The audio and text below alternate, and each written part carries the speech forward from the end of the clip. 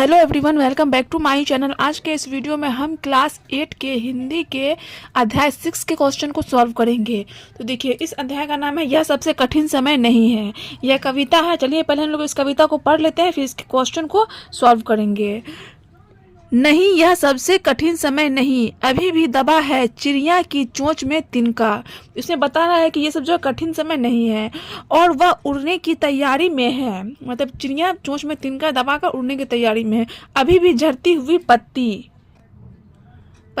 थामने को बैठा है हाथ एक।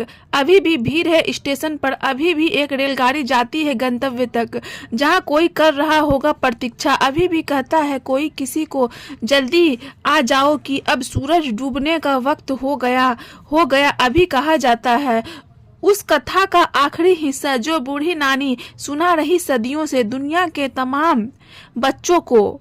अभी आती है एक बस अंतरिक्ष के पार की दुनिया से, लाएगी बचे हुए लोगों की खबर।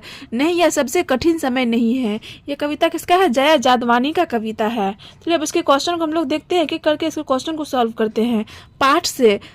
क्वेश्चन नंबर 1 है, यह कठिन समय नहीं है, यह बताने के लिए कविता में कौन कौन से तर्क प्रस्तुत किए गए हैं स्पष्ट कीजिए। मतलब कौन कौन सा तर्क प्रस्तुत किया गया कि यह कठिन समय नहीं है, वो आपको लिखना है। तो देखिए, यह बताने के लिए कवित्री ने घोंसला बनाने का प्रयास करती चिड़िया। कविता में आप पढ़ सकते हैं कि चिड़िया घोंसला बनाने का प्रयास कर रही है। ये सब तर्क प्रस्तुत किया गया कि ये सब कठिन समय नहीं है। झड़ती हुई पत्ती को थामने वाले हाथ, प्रतीक्षा करते यात्रियों के लिए आई रेलगाड़ी, कोई प्रतीक्षा कर रहा है कि सूरज डूबे और वह लौट जाए, ये जो है कटा हुआ है, तथा नानी की कहानी सुनने की लालसा आदि तर्क प्रस्तुत किए हैं। अब देखिए नेक्स्ट क्वेश्चन देखते हैं। क्वेश्चन नंबर 2 है, चिड़िया चोंच में तिनका दबाकर उड़ने की तैयारी में क्यों है, वह तिनकों का क्या करती होगी, लिखिए। मतलब चिड़िया जो है तिनकों का क्या करती होगी। तो इसका आंसर हो जाएगा चिड़िया तिनकों से घोंसला बनाती है। वह अपने बच्चों को रहने के लिए घोंसला बनाती है ताकि वह उसमें अंडा दे सके और अपने बच्चे को सुरक्षित रख सके, इसलिए वह तिनकों को चोंच में दबाकर उड़ने की तैयारी में है। नेक्स्ट है, कविता में कई बार अभी भी का प्रयोग करके बातें रखी गई है। अभी भी का प्रयोग करते हुए 3 वाक्य बनाइए। मतलब आपको बनाना है 3 वाक्य अभी भी का प्रयोग करते हुए बनाइए और देखिए उनमें लगातार निरंतर बिना रुके चलने वाले किसी कार्य का भाव निकल रहा है या नहीं। तो देखिए इसमें मैं बनाई यहाँ पे, तुम अभी भी गाड़ी से स्कूल जाते हो। मतलब इसमें क्या करना, अभी भी का प्रयोग करके वाक्य बनाना है। अभी भी बच्चे मैदान में खेल रहे हैं। आप चाहे तो अपने अकॉर्डिंग और भी बना सकते हैं। इसमें 3 ही वाक्य बोल रहा था। तुम अभी भी पढ़ाई कर रहे हो।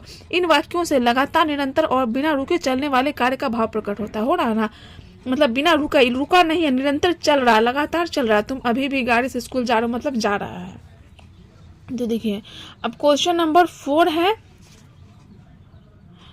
नहीं और अभी भी को एक साथ प्रयोग करके 3 वाक्य लिखिए। अब आपको नहीं भी और अभी भी दोनों का प्रयोग करके लिखना है।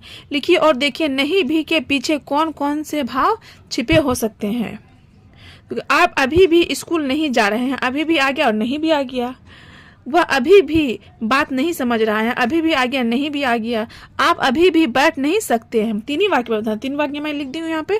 इन वाक्यों में नहीं और अभी भी के पीछे निराशा को अस्वीकार कर सकारात्मक सोच के भाव छिपे हैं। इसमें निराशा ही ना है, मतलब निराशा क्या है, मतलब आप अभी भी स्कूल नहीं जा रहे हैं, मतलब अभी भी वो स्कूल नहीं जा रहा है, तो क्या है, निराशा है। और इसमें अस्वीकार करके बोल रहा है सकारात्मक सोच के भाव इसमें छुपे हुए, जैसे अभी भी बात नहीं समझ रहा है, मतलब इसमें भी निराशा है, मतलब वो बात समझ ही नहीं रहा है। तो इस टाइप से पूछ रहा था इसमें कि इसमें किस भाव छिपे हुए हैं। देखिए अब देखिए कविता से आगे 1 में है, घर के बड़े बूढ़ों द्वारा बच्चों को सुनाए जाने वाली किसी ऐसी कथा की जानकारी प्राप्त कीजिए जिसके आखिरी हिस्से में कठिन परिस्थितियों से जीतने का संदेश हो। मतलब इसमें क्या है, एक कहानी बताना है जिसमें क्या है, कठिन परिस्थितियों से जीतने का संदेश हो, मतलब वो जीत गया हो। तो आप जो है कोई भी कहानी सुने होंगे तो वो आप लिख सकते हैं। तो देखिए ये वाला कहानी तो आप लोग बचपन में बहुत सुने होंगे, प्यासा कौवा वाला, तो मैं यही लिख दी हूँ। आप लोग चाहे तो और भी दूसरा लिख सकते हैं या फिर ये भी आप लोग लिख सकते हैं। तो एक बार की बात है, एक प्यासा कौवा पानी की तलाश में इधर उधर भटक रहा था, लेकिन उसे कहीं पानी नहीं मिला। पानी की तलाश करते करते कौवा को एक घड़ा दिखाई दिया जिसमें बहुत थोड़ा सा पानी था। प्यासा कौवा घड़े घड़े के मुंह में अपना चोंच डालने की कोशिश की, परंतु पानी कम होने के कारण उसकी चोंच पानी तक नहीं जा सकी। कौवा बहुत बेचैन हो उठा। तभी उसने एक योजना सोची। उसने पास में कुछ कंकड़ देखे।